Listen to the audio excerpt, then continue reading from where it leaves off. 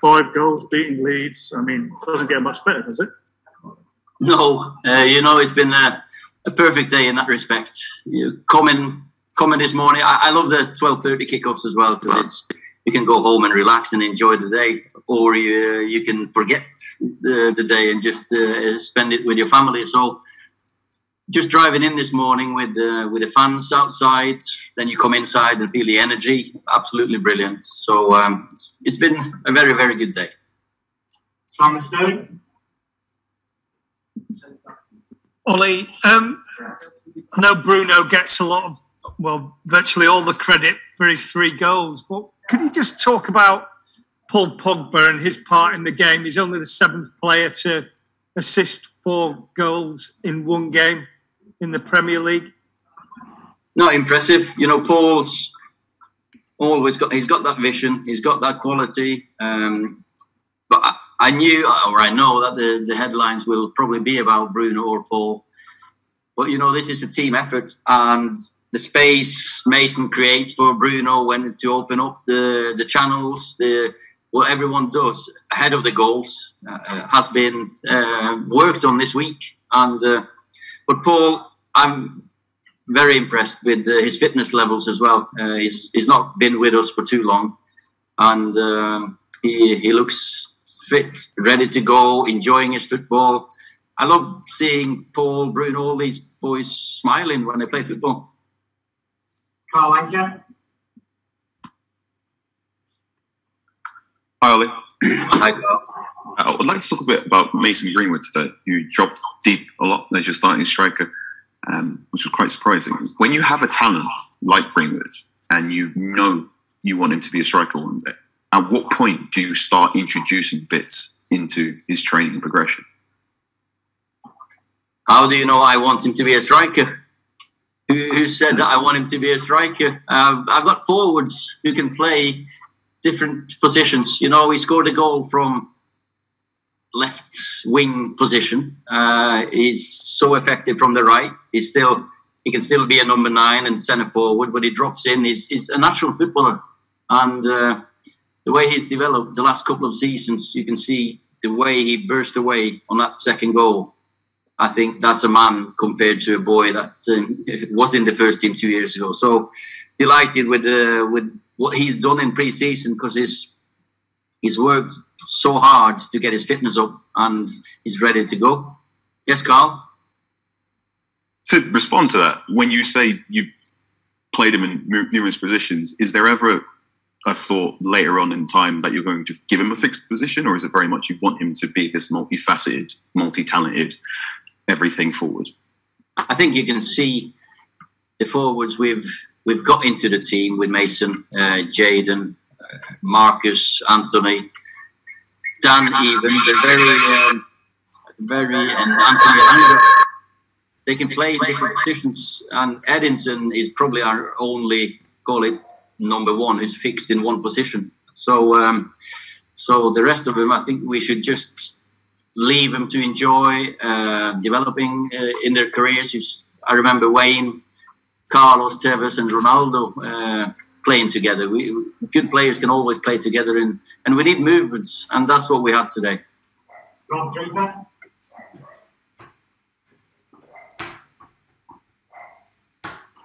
Can't hear you there, Rob. Sorry. We'll come back to you. Good to Mike McGrath. Hi, Ole. Hi.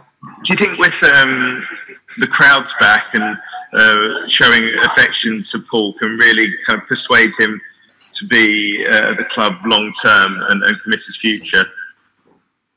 You know, the last 18 months have been strange, and the only interaction have been through media, and you've watched the games on telly. You haven't had that feeling of that connection. So to be reunited with the fans again, like Paul, Bruno today, it's important. And this is Man United. This is the real Man United. This is how I sold Man United to Edinson, for example. You can't leave after one season playing with no fans. That's Man United. That is fans and players and everyone together.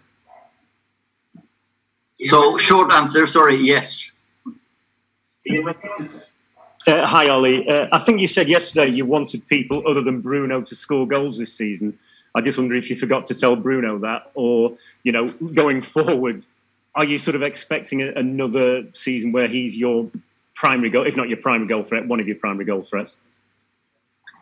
You know, Bruno, he'll always score on penalties, but when he gets goals like this, timing his runs, that it doesn't really matter who scores, but you've definitely got loads of forwards who can chip in. As I said yesterday, Anthony is going to score goals, Jaden's going to score goals, Marcus is coming back, Eddington will score goals, so I don't think he'll have to have that burden on himself. Paul's going to score goals. We've got players who can run into the box. When Fred scores goals, we know everyone can score. Bill Thomas? Ollie. Oh, yeah. You mentioned playing with a smile on the face. Is that what you want to see? Is that what it's about at United? Entertaining, playing with a smile on your face, giving the fans something to be optimistic about, because they certainly were today. Yeah, you know, Sir Alex, the gaffer, he always used to say, enjoy yourself, express yourself. And you have to, you've got to enjoy the privilege of the pressure of playing in front, and the responsibility of playing in front of 75,000 Man United supporters and millions behind TV, watching in front of the TV. But to get there, to smile, you've got to do the hard work as well. And that was one of my worries, not worry. I knew they were going to work hard, but fitness levels, I wasn't 100% sure on. Because, you know, Leeds are they are the fittest team. They are the most high-intensity team, the sprinting team. But the way we cope with that and put the foundation for a performance, that's important. And that has to be with us. Movement, with and without the ball. And then you can smile towards the end. Hey, Rob, do you want to try again? Not great there. Sorry, Rob. No, it's not working. We go back to Simon Beach. Ollie, you mentioned about how you persuaded Cavani to stay by talking about playing in front of the fans. Varane's got that experience before the ink's even dry on his contract. What must he be thinking? Have you spoken to him after his introduction to the crowd? No, I haven't spoken to him after the game, but of course, it was a nice moment for him, and it was a nice moment for the fans as well. Them together, they look forward to seeing him. He's looking forward to seeing his teammates. So I'm looking forward to working with him. Top professional. Follow his career throughout, and you just see the way he conducts himself and the way he lives his life. So all the chats I've had with him and the club's had with him, you know, we've got a top human being there as well as a top player. Okay, we'll move on to an embargo section for Sunday at 10:30.